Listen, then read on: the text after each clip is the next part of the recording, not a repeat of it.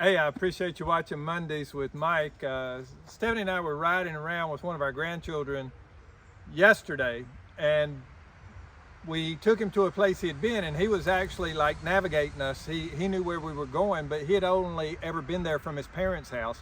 We were coming from the opposite direction, and so he literally thought we were at the wrong place. Even as we pulled into the parking lot and Stephanie and I could read the sign that we were at the right place, he was like, no, he'd never approached the building from that angle.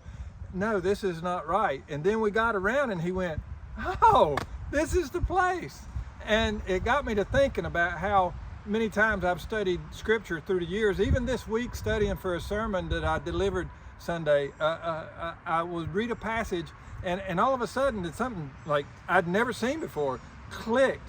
A different perspective, same truth, same building, but seeing it from a different angle or different perspective, I was like, oh, wow, that's pretty cool. I know you've experienced it. If you're a believer any length of time, you've read a Bible passage, and I'm not saying your interpretation of the matter changed. The truth is the truth.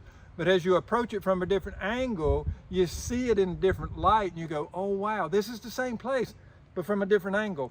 I say that because oftentimes we're at odds with people who see the same passage, the same building, the same structure, but from a different angle.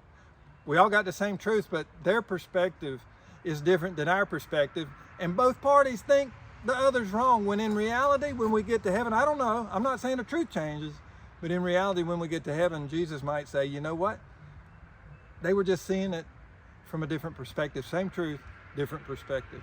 And so study scripture, study scripture, study scripture. The truth doesn't change, but God is constantly helping us see how it all fits together beautifully as we grow and mature and deepen and approach His Word from these many different angles. I appreciate you watching Mondays with Mike, and never ever forget, you're greatly loved.